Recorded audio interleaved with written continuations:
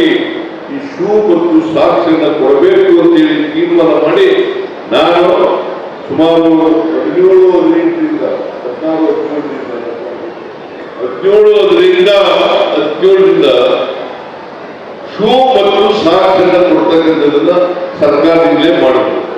ಅದನ್ನ ನಾನು ಮುಖ್ಯಮಂತ್ರಿಯಾಗಿರುವಾಗ ಮಾಡಿರ್ತಕ್ಕಂಥದ್ದು ಈಗಲೂ ಕೂಡ ಮುಂದುವರಿತಾ ಇದೆ.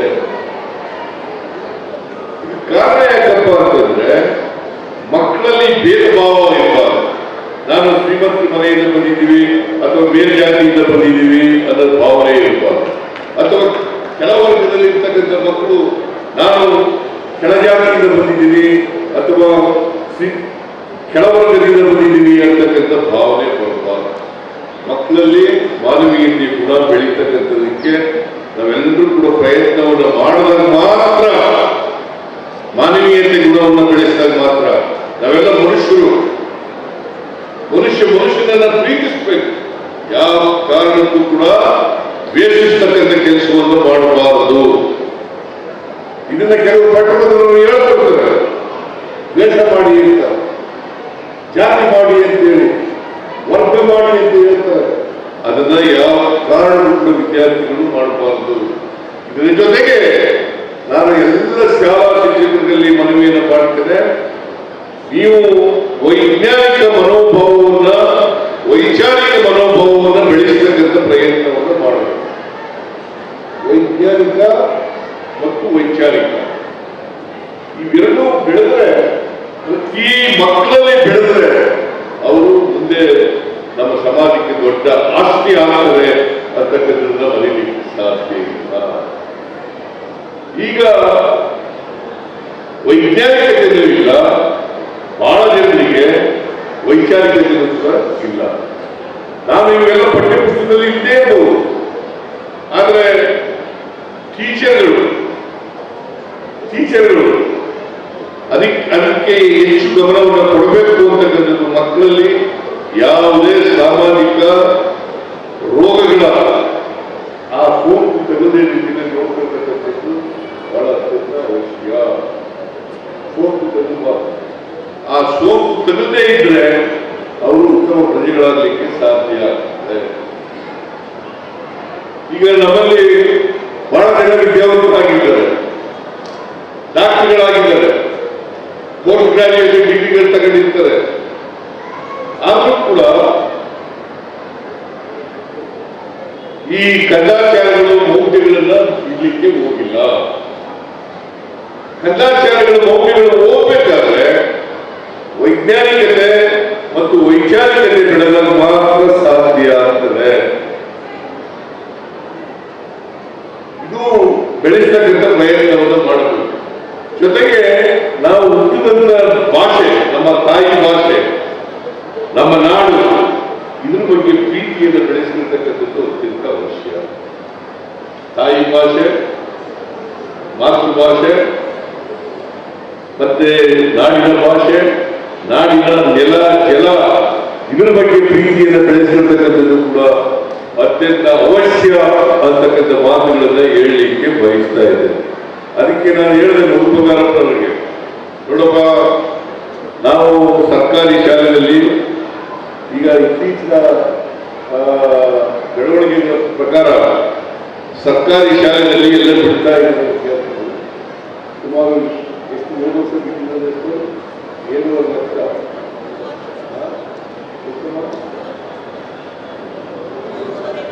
3 ಲಕ್ಷ.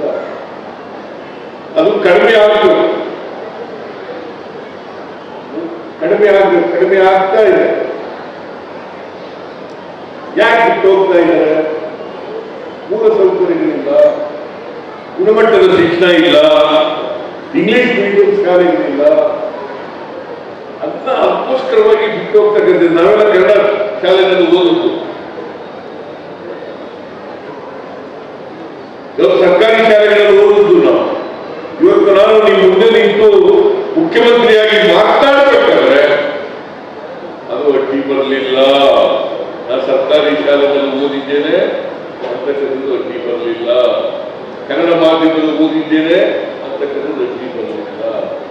ಆದ್ರಿಂದ ನಾವು ಇಂಗ್ಲಿಷ್ ಮಾಧ್ಯಮದಲ್ಲೇ ಓದಿದ್ರೆ ಬುದ್ಧಿವಂತರಾಗ್ತೀವಿ, ಕನ್ನಡ ಮಾಧ್ಯಮದಲ್ಲಿ ಓದಿದ್ರೆ ನಟರಾಗ್ತೀವಿ ಅಂತಕ್ಕಂಥದ್ದು ಸರಿ ಇಲ್ಲ. ಅದು ತಪ್ಪು ಕಲ್ಪನೆ. ಇದನ್ನು ನಾವು ಅರ್ಥ ಮಾಡ್ಕೋಬೇಕಾಗ್ತದೆ. ಯಾವುದೇ ಮಾಧ್ಯಮ ಆಗಲಿ, ಯಾವುದೇ ಭಾಷೆ ಆಗಲಿ, ನಾವು ಭಾಷೆ ಮೇಲೆ ಒಂದು ಭಾಷೆ ಮೇಲೆ ಹಿಡಿತವನ್ನು ಸಾಧಿಸಿದ್ರೆ ಮಾಧ್ಯಮ ಯಾವುದೇ ಆಗುತ್ತಿಲ್ಲ. ನಾನು ಒಂದು ಲ್ಯಾಂಗ್ವೇಜ್ ಕಲಿಬೇಡಿ ಅಂತ ಯಾವ ಭಾಷೆಯಲ್ಲಿ ಹೇಳಲ್ಲ. ಲ್ಯಾಂಗ್ವೇಜ್ ಕಲಿಯಿರಿ, ಆದರೆ ತಾಯಿ ಮಾತೃಭಾಷೆಯನ್ನು ನಾವು ಬಿಡ್ಲಿಕ್ಕೆ ಸಾಧ್ಯ ಇಲ್ಲ. ಅದಕ್ಕೆ ನಾನು ಈ ಇಂಗ್ಲಿಷ್ ಶಾಲೆಯಲ್ಲಿ ಹೆಚ್ಚು ಹೆಚ್ಚು ಮಾಡಬೇಕು ಅಂತ ನಾವು ಕೂಡ ಮಾಡ್ತಾ ಇದ್ದೀವಲ್ಲ ಈಗ.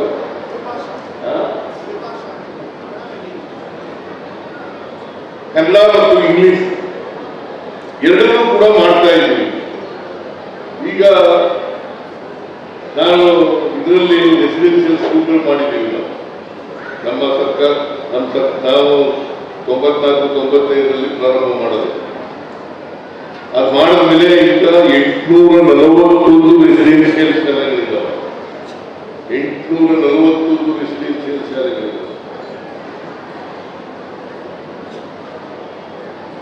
ಪ್ರತಿ ಹೋಬಳಿಯಲ್ಲಿ ಒಂದು ಇರಬೇಕು. ಸರ್ಕಾರಿ ಶಾಲೆಗಳಲ್ಲಿ ಸುಮಾರು 41 ಲಕ್ಷಕ್ಕೂ ಹೆಚ್ಚು ವಿದ್ಯಾರ್ಥಿಗಳು ಕಲಿತಾ ಇದ್ದಾರೆ. 41 ಲಕ್ಷಕ್ಕೂ ಹೆಚ್ಚು ವಿದ್ಯಾರ್ಥಿಗಳು ಕಲಿತಾ ಇದ್ದಾರೆ. ನಂತರ ನಾವು ಹಳ್ಳಿಗಾಡಿನಿಂದ ಬಂದವರು. ಹಳ್ಳಿಗಾಡಿನಲ್ಲಿ ನಾವು ಓದುವಾಗ ಈ ಖಾಸಗಿ ಶಾಲೆಗಳು ಇರಲಿಲ್ಲ. ಖಾಸಗಿ ಶಾಲೆಗಳಿಗೆ ಹಳ್ಳಿಗಳಲ್ಲಿ ಬಂದ್ಬಿಟ್ಟಿದ್ದಾರೆ. ಇಂಗ್ಲಿಷ್ ಶಾಲೆಗಳು ಹಳ್ಳಿಗಳಲ್ಲಿ ಬಂದ್ಬಿಟ್ಟಿದ್ದಾರೆ. ನಾನು ಯಾಕೆ ಇದನ್ನೆಲ್ಲ ಪ್ರಸ್ತಾಪ ಮಾಡ್ತಾ ಇದ್ದೀನಿ ಅಂತಂದ್ರೆ, ಇಂಗ್ಲಿಷ್ ಭಾಷೆಯಲ್ಲಿ ಓದಲಿ, ಕನ್ನಡ ಭಾಷೆಯಲ್ಲಿ ಓದಲಿ, ಅದು ನಿಮ್ಮ ಪ್ರತಿಭೆಗೆ ಯಾವುದೇ ರೀತಿಯಲ್ಲಿ ಅದು ಪರಿಣಾಮ ಬೀರಲ್ಲ ಅಂತಕ್ಕಂಥ ಮಾತುಗಳನ್ನು ಹೇಳಲಿಕ್ಕೆ ಬಯಸ್ತಾ ಇದ್ದೇನೆ. ಆದ್ರಿಂದ ಕೆಲವು ತಂದೆ ತಾಯಿಗಳು ನಮ್ಮ ಮಕ್ಕಳು ಇಂಗ್ಲಿಷ್ನಲ್ಲಿ ಓದಿದ್ರೆ, ಇಂಗ್ಲಿಷ್ನಲ್ಲಿ ಮಾತಾಡಿದ್ರೆ, ಇಂಗ್ಲಿಷ್ನಲ್ಲಿ ಕಲಿತ್ರೆ ಬಹಳ ಪ್ರಭಾವಕರಾಗಿರ್ತಾರೆ. ಅದು ಸತ್ಯಕ್ಕೆ ದೂರವಾದಂಥದ್ದು. ಈಗ ನಮಗೆ ಬೇಕಾಗಿರೋದು ಏನಪ್ಪಾ ಅಂತಂದ್ರೆ ವೈಜ್ಞಾನಿಕ ಮನೋಭಾವ, ವೈಚಾರಿಕ ಮನೋಭಾವ ಇದು ಬರಬೇಕು. ಅದು ಬಂದ್ರೆ ಮಾತ್ರ ನಾವು ಉತ್ತಮ ಪ್ರಜೆಯಾಗಲಿಕ್ಕೆ ಸಾಧ್ಯ ಅಲ್ವಾ? ಅದಕ್ಕೆ ಈ ಗೆಸ್ಟ್ ಟೀಚರ್ಸ್ಗಳು ಗುಣಮಟ್ಟದ ಶಿಕ್ಷಣ ಹೆಚ್ಚಾಗಬೇಕು ಅಂತೇಳಿ 51,000 ಗೆಸ್ಟ್ ಟೀಚರ್ಗಳನ್ನು ಅಪಾಯಿಂಟ್ಮೆಂಟ್ ಮಾಡಿಕೊಳ್ಳಲಿಕ್ಕೆ ನಾನು ಈ ಸಾರಿ ಪರ್ಮಿಷನ್ ಅನ್ನು ಕೊಟ್ಟಿದ್ದೇನೆ. 51,000. ಮತ್ತೆ ಅವರಿಗೆ 2,000 ರೂಪಾಯಿ ಹೆಚ್ಚು ಮಾಡಿದ್ದೀವಿ. 2,000 ರೂಪಾಯಿ ಹೆಚ್ಚು ಮಾಡಿಬಿಟ್ಟಿದ್ದೀವಿ. ಅಡಿಗೆಯವರಿಗೆ 1,000 ರೂಪಾಯಿ ಹೆಚ್ಚು ಮಾಡಿದ್ದೀವಿ. ಅಡಿಗೆ ಮಾಡೋರಿಗೆ ಅವರಿಗೆ ಇಡೀ ಗಂಟೆ ಕೂಡ ರಿಟೈರ್ಡ್ ಆದಾಗ ಇಡೀ ಗಂಟೆ ಮಾಡ್ತಾ ಇದ್ದೀವಿ. ನಾವೆಲ್ಲ ಇದನ್ನೆಲ್ಲ ಯಾಕೆ ಮಾಡ್ತಾ ಇದ್ದೀವಿ ಅಂತಂದ್ರೆ, ಸರ್ಕಾರಿ ಶಾಲೆಯಲ್ಲಿ ಹೆಚ್ಚು ಹಾಜರಾತಿ ಆಗಬೇಕು, ಆಮೇಲೆ ಪ್ರವೇಶಾತಿ ಆಗಬೇಕು. ಸರ್ಕಾರ ಇರೋದೇ ಅದಕ್ಕೋಸ್ಕರವಾಗಿ. ನಮ್ಮ ಸಂವಿಧಾನ ಎಲ್ಲರಿಗೂ ಸಮಾನ ಅವಕಾಶಗಳನ್ನು ಕಲ್ಪಿಸಿಕೊಟ್ಟಿದೆ.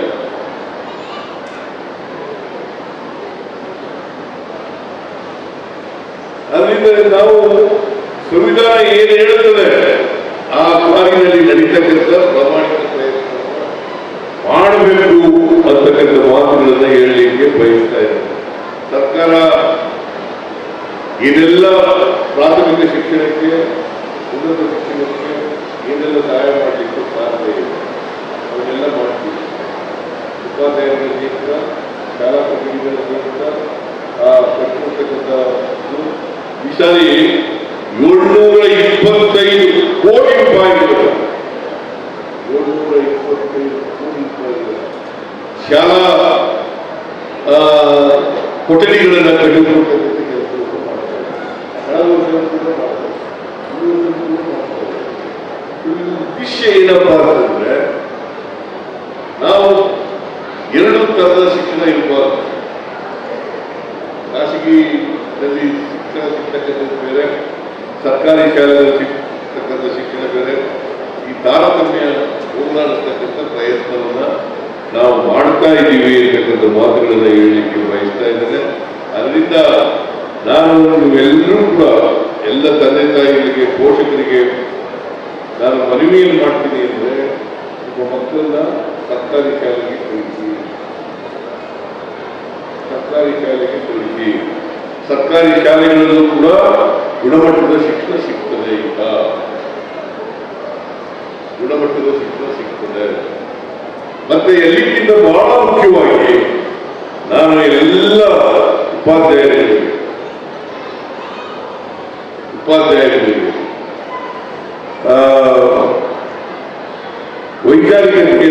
ವೈಜ್ಞಾನಿಕ ಮನೋಭಾವವನ್ನ ಪ್ರತಿಯೊಬ್ಬ ವಿದ್ಯಾರ್ಥಿಗೂ ಕೂಡ ಬೆಳೆಸ್ತಕ್ಕಂಥ ಪ್ರಯತ್ನವನ್ನು ಮಾಡಬೇಕು.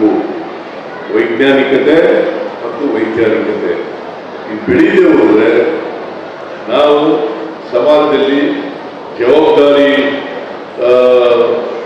ವ್ಯಕ್ತಿಯಾಗಿ ಬೆಳೀಲಿಕ್ಕೆ ಕಷ್ಟ ಆಗ್ತದೆ ಅಂತಕ್ಕಂಥ ಮಾತುಗಳನ್ನ ಈ ಸಂದರ್ಭದಲ್ಲಿ ಹೇಳಿ, ನಾಳೆಯಿಂದ ಶಾಲೆಗಳು ಪ್ರಾರಂಭ ಆಗ್ತದೆ.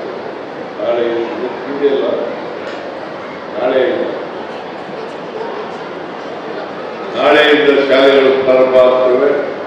ನೀವು ಸಾಧ್ಯವಾದ ಮಟ್ಟಿಗೆ 100 ಹಾಜರಿಯನ್ನ ಮಾಡಬೇಕು. 100 ಹಾಜರಿಯನ್ನು ಮಾಡಬೇಕು. ಯಾವುದೇ ಕಾರಣಕ್ಕೆ ಶಾಲೆಯನ್ನು ತಪ್ಪಿಸತಕ್ಕಂಥ ಕೆಲಸವನ್ನು ಮಾಡಬಾರ್ದು. ಮತ್ತೆ ಡ್ರಾಪ್ ಔಟ್ ಕೂಡ ಆಗಬಾರ್ದು. ನಾನು ಈಗಲೂ ಎತ್ಕೊಳ್ತಾ ಇರ್ತೀನಿ. ರಾಜಪ್ಪ ಅಂತ ಒಬ್ಬರು ಹೆಡ್ ಮಾಸ್ಟರು ನಮ್ಮೂರು ಬರದೇ ಹೋಗಿದ್ರೆ, ಅವರು ಹೆಡ್ ಮಾಸ್ಟರ್ ಆಗಿ ಬರದೇ ಹೋಗಿದ್ರೆ ನಾನು ವಿದ್ಯಾವಂತನೇ ಆಯ್ತಿರ್ಲಿಲ್ಲ, ಮುಖ್ಯಮಂತ್ರಿನೂ ಆಗಲಿಕ್ಕೆ ಸಾಧ್ಯ ಆಯ್ತಿರ್ಲಿಲ್ಲ, ಲಾಯರ್ ಆಗಲಿಕ್ಕೂ ಸಾಧ್ಯ ಆಯ್ತಿರ್ಲಿಲ್ಲ. ಆ ಪುಣ್ಯಾತ್ಮ ಬಂದು ರಾಜಪ್ಪ ಮೇಷ್ಟ್ರು ಹೆಡ್ ಮಾಸ್ಟರ್ ನಮ್ಮ ಮನೆ ಬಂದು ನನ್ನ ಕರ್ಕೊಂಡು ಹೋಗಿ ಶಾಲೆಗೆ ಸೇರಿಸಿ 5ನೇ ತರಗತಿಗೆ ನೇರವಾಗಿ ಸೇರಿಸಿದ್ರು. ನಾನು 1ರಿಂದ 4 ಓದಲೇ ಇಲ್ಲ. ನಾನು LKG UKG ಓದಲಿಲ್ಲ. 5ನೇ ತರಗತಿಗೆ ನೇರವಾಗಿ ಸೇರಿಸಿದ್ರು. ಅವಕಾಶ ಇರುವಾಗ ಆ 5ನೇ ತರಗತಿಗೆ ಸೇರಿಕೊಳ್ಳೋದ್ರಿಂದ ನಾನಿವತ್ತು ವಕೀಲನಾಗಿ 2 ಸಾರಿ ಲೀಡರ್ ಆಫ್ ದಿ ಅಪೋಸಿಷನ್ ಆದೆ, 2 ಸಾರಿ ಮುಖ್ಯಮಂತ್ರಿ ಆದೆ, 9 ಚುನಾವಣೆಗಳನ್ನ ಗೆದ್ದಿದ್ದೇನೆ.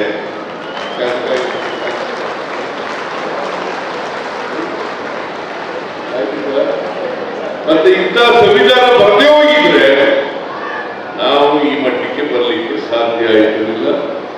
ಬಾಬಾ ಸಾಹೇಬ್ ಅಂಬೇಡ್ಕರ್ ಅವರು ಓದುವಾಗ ಇರಲಿಲ್ಲ, ಸಂವಿಧಾನ ಇರಲಿಲ್ಲ. ಆದರೂ ಕೂಡ ಅವ್ರ ತಂದೆ ಸುಬೇದಾರ ಆಗಿದ್ದರಿಂದ ಉದ್ಯೋಗರಾಗಲಿಕ್ಕೆ ಅವಕಾಶ ಸಿಕ್ತು. ಹಾಗಾಗಿ ಅವರು ಬಹಳ ಜೀವನದಲ್ಲಿ ಅವ್ರದೆಲ್ಲ ಜೀವ ಚರಿತ್ರೆಯಲ್ಲ ನೀವು ಓದಬೇಕು. ಯಾರು ನೀವು ಹೈಸ್ಕೂಲ್ನಲ್ಲಿ ಇರ್ತಕ್ಕಂಥ ವಿದ್ಯಾರ್ಥಿಗಳು, PUCನಲ್ಲಿ ಇರ್ತಕ್ಕಂಥ ವಿದ್ಯಾರ್ಥಿಗಳು ಅವ್ರ ಜೀವ ಚರಿತ್ರೆಯನ್ನೆಲ್ಲ ಓದ್ಕೋಬೇಕು. ಮಹಾತ್ಮ ಗಾಂಧೀಜಿದು, ನೆಹರೂರವರದು, ವಲ್ಲಭಾಯ್ ಪಟೇಲ್ ಅವರದು, ಮಹಾತ್ಮ ಗಾಂಧೀಜಿದು, ಅಂಬೇಡ್ಕರ್ ಅವರದು, ಬುದ್ಧ, ಬಸವ ಅವರೆಲ್ಲರೂ ಕೂಡ ಓದ್ಕೊಳ್ತಕ್ಕಂಥ ಕೆಲಸವನ್ನ ಮಾಡಬೇಕು. ಯಾಕಂತಂದ್ರೆ ಅಂತಿಮವಾಗಿ ನಾವು ಸಮಾಜವನ್ನು ನಿರ್ಮಾಣ ಮಾಡಬೇಕು. ಸಮಾಜ ಪರಿವರ್ತನೆ ಆಗಬೇಕು. ಜಾತಿ ರಹಿತವಾದಂಥ, ವರ್ಗರಹಿತವಾದಂಥ ಸಮಾಜವನ್ನು ನಿರ್ಮಾಣ ಮಾಡಬೇಕು. ಎಲ್ಲರೂ ಕೂಡ ಅಸಮಾನತೆ ಇರಬಾರದು. ಅದಕ್ಕೆ ಅನೇಕ ಕಾರ್ಯಕ್ರಮಗಳನ್ನು ನಾವು ಮಾಡಿದ್ದೀವಿ. ಅಸಮಾನತೆ ಹೋಗಲಾಡಿಸಲಿಕ್ಕೋಸ್ಕರವಾಗಿ ಅನೇಕ ಕಾರ್ಯಕ್ರಮಗಳನ್ನು ಮಾಡಿದ್ದೀವಿ. ಪಂಚ ಗ್ಯಾರಂಟಿ ಯೋಜನೆಗಳನ್ನು ಮಾಡಿದ್ದೀವಿ. ಮಹಿಳೆಯರಿಗೆ ಶಕ್ತಿ ಕೊಡ್ತಕ್ಕಂಥ ಕೆಲಸವನ್ನು ಮಾಡ್ತಾ ಇದ್ದೀವಿ. ಅದೆಲ್ಲ ರೈತರಿಗೆ ಶಕ್ತಿ ಕೊಡ್ತಕ್ಕಂಥ ಕೆಲಸವನ್ನು ಮಾಡ್ತಾ ಇದ್ದೀವಿ. ವಿದ್ಯಾರ್ಥಿಗಳಿಗೆ ಶಕ್ತಿ ಕೊಡ್ತಕ್ಕಂಥ ಕೆಲಸ ಮಾಡ್ತಾ ಇದ್ದೀವಿ. ನಿರುದ್ಯೋಗಿಗಳಿಗೆ ಶಕ್ತಿ ಕೊಡ್ತಕ್ಕಂಥ ಕೆಲಸ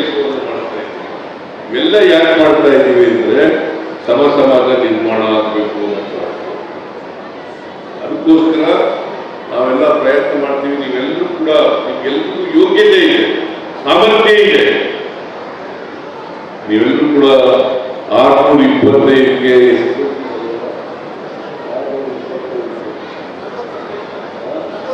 40 ಜನ ಮಕ್ಕಳಿಗೆ ಬಂದಿದ್ದಾರೆ. ಇನ್ನೂ ಜಾಸ್ತಿ ಆಗುತ್ತೆ. 41 ಲಕ್ಷಕ್ಕೆ 40 ಜನ ಮಕ್ಕಳು ಬಂದಿದ್ದಾರೆ. ಕನಿಷ್ಠ ಪಕ್ಷ ಒಂದು 4-5 ಲಕ್ಷ ಆದರೂ ಕೂಡ ಬರಬೇಕು ಅಂತಕ್ಕಂಥ ಮಾತುಗಳನ್ನು ಹೇಳಲಿಕ್ಕೆ. ಕನಿಷ್ಠ ಪಕ್ಷ 4-5 ಲಕ್ಷ ಆದರೂ, ಯಾಕೆಂದ್ರೆ 41 ಲಕ್ಷ ಅಲ್ಲ, SSLC ಎಷ್ಟು ಜನ ಓದ್ತಾ ಇದ್ದಾರೆ? 8 ಲಕ್ಷ ಓದ್ತಾ ಇದ್ದಾರೆ. 8 ಲಕ್ಷ ಓದ್ತಾ ಇದ್ದಾರೆ. 1 ಲಕ್ಷ ಆದರೂ ಕೂಡ ಕನಿಷ್ಠ ಬರಬೇಕು. ನಾನು ಅದಕ್ಕೆ ಗುಣಮಟ್ಟದ ಶಿಕ್ಷಣ ಬರಬೇಕಾದ್ರೆ ಇವರು ಹಿಂದಿನ ವರ್ಷ 23-24ರಲ್ಲಿ 20% ಗ್ರೇಸ್ ಮಾರ್ಕ್ ಇರ್ತದೆ. 10% ಅಲ್ಲಿ 20ಪ್ಪ ಏನಾಗಲಿ, ಗ್ರೇಸ್ ಮಾರ್ಕ್ಸ್ ಬೇಡ. ಅವ್ರ ಸಾಮರ್ಥ್ಯ ಅಳಿಲಿಕ್ಕೆ ಸಾಧ್ಯ ಇಲ್ಲ. ಅವ್ರ ಸಾಮರ್ಥ್ಯ ಗೊತ್ತಾಗಬೇಕಾದ್ರೆ ಈ ಗ್ರೇಸ್ ಮಾರ್ಕ್ಸ್ ಅನ್ನ ಕೊಡಬಾರದು. ಗ್ರೇಸ್ ಮಾರ್ಕ್ಸ್ ಅನ್ನ ಕೊಡಬಾರದು. ಇದು ಹಾಗಾಗಿ ಈ ಸರಿ SSLC-ನಲ್ಲಿ 63% ನಮ್ಮ 63%. ಹೋದ ಸಾರಿ 20% ಕಡಿಮೆ ಆಗಿದೆ. ಬೇರೆ ಕಡಿಮೆ ಆಗಿದೆ ಅಂದ್ರೆ ಗ್ರೇಸ್ ಮಾರ್ಕ್ ಕೊಟ್ಟದ್ರಿಂದ ಜಾಸ್ತಿ ಆಗಿತ್ತು, ಇದು ಕಡಿಮೆ ಆಗಿದೆ. ನೀವು ಗ್ರೇಸ್ ಮಾರ್ಕ್ಸ್ ಇಲ್ದೇನೆ ಮುಂದಿನ ವರ್ಷ ಅಂದ್ರೆ ಈ ವರ್ಷ 75%ಗೆ ಬರೋ ರೀತಿಯಲ್ಲಿ ಪ್ರಯತ್ನವನ್ನು ಮಾಡಬೇಕು. ಆಮೇಲೆ ಪರೀಕ್ಷೆನ ಈಗ 3 ಪರೀಕ್ಷೆಗಳನ್ನು ಮಾಡ್ತಾ ಇದ್ದಾರೆ. ಒಂದು ಮಾರ್ಚಿನಲ್ಲಿ ನಡೀತಕ್ಕಂಥದ್ದು, ಎರಡನೇದು ಆಮೇಲೆ 2 ಪರೀಕ್ಷೆಗಳನ್ನು ಮಾಡ್ತಾರೆ. ಅದಕ್ಕೆ ಈಗ ಫೇಲ್ ಆದ್ರು ಅಂತ ಹೇಳೋದಿಲ್ಲ, ಪಾಸ್ ಆಗಲಿಲ್ಲ ಒಂದೇ.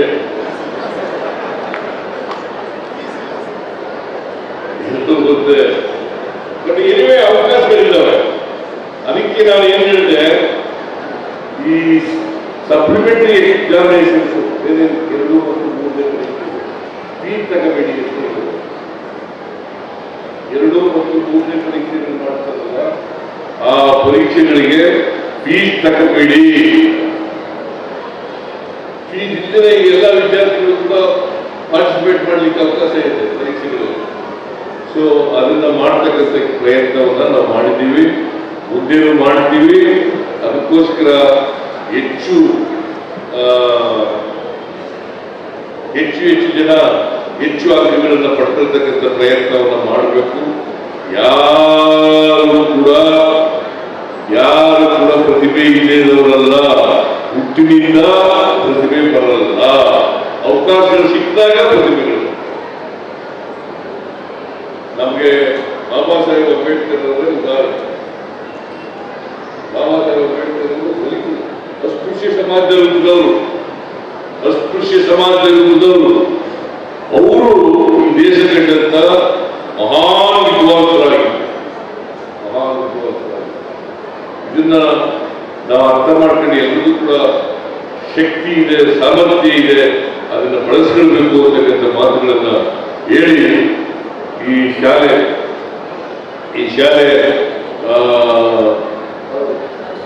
ನಿಮ್ಮ ಕ್ಷೇತ್ರದಲ್ಲಿ ಬಹಳ ಒಳ್ಳೆಯ